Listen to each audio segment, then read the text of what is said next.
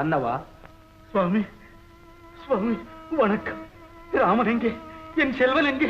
ரகுநாயகன் எங்கே? சுவாமி பதறாதே மன்னவா, நிதானமாயிரு. கைகை, குலகுரு என்ற முறையில் உன்னிடம் இறுதியாக ஒரு வரம் கேட்கிறேன், கொடுப்பாயா? என்ன சுவாமி?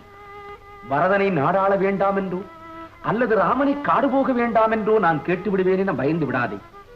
அதுவல்ல நான் கேட்கப் போவது. அரசியர் மூவராய் விளங்கும் நீங்கள் நித்திய சுமங்கலிகளாய் வாழ நீ எனக்கு ஒரு வரம் கொடு.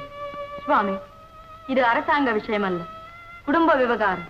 இதில் தாங்கள் தயவு செய்து தலையிட வேண்டாம். நடக்கப் போவதை தடுக்க இடைக்காலத்தில் நான் நினைத்தாலும் முடியுமா?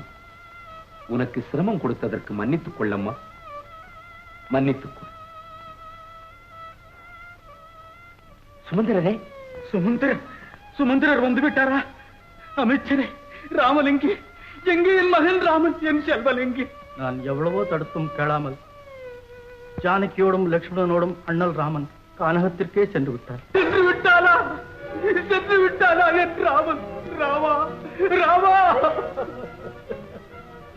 பாவி, இத்தனை அனர்த்தங்களுக்கும் காரணமாயிருந்த இப்பாவி கைகே எனக்கு மனைவல்ல. உங்கள் வயற்றில் பிறந்த பரதன் எனக்கு மகளும் அல்ல.